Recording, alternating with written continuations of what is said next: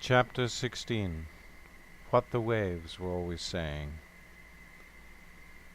Paul had never risen from his little bed.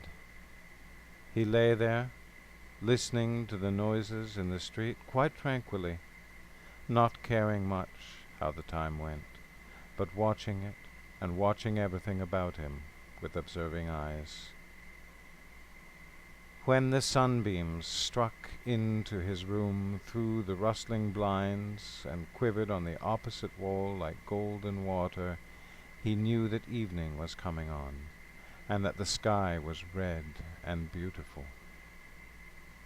As the reflection died away, and a gloom went creeping up the wall, he watched it deepen, deepen, deepen into night.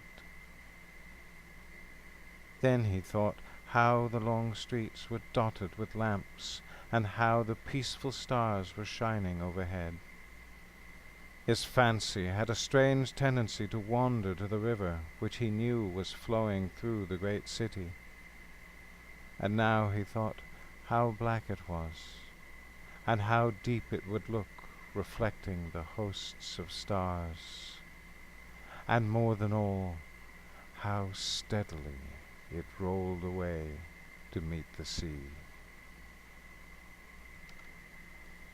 As it grew later in the night, and footsteps in the street became so rare that he could hear them coming, count them as they passed, and lose them in the hollow distance, he would lie and watch the many-colored ring about the candle, and wait patiently for day.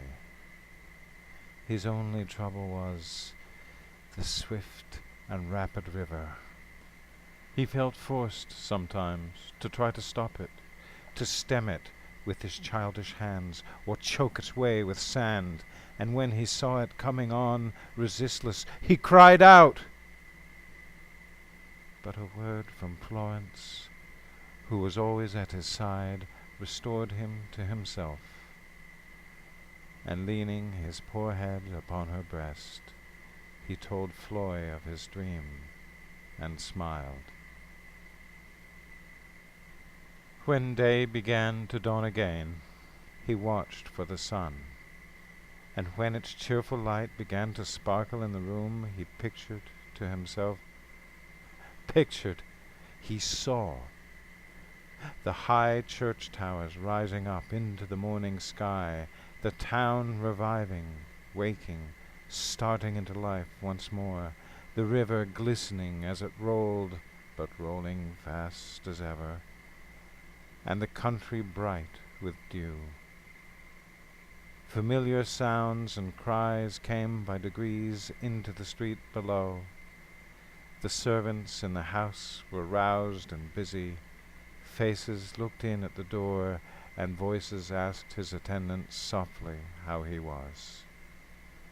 Paul always answered for himself. "I am better. I am a great deal better, thank you. Tell Papa so." By little and little he got tired of the bustle of the day, the noise of carriages and carts, and people passing and repassing, and would fall asleep, or be troubled with a restless and uneasy sense again. The child could hardly tell whether this were in his sleeping or his waking moments, of that rushing river. "Why, will it never stop, Floy?" he would sometimes ask her.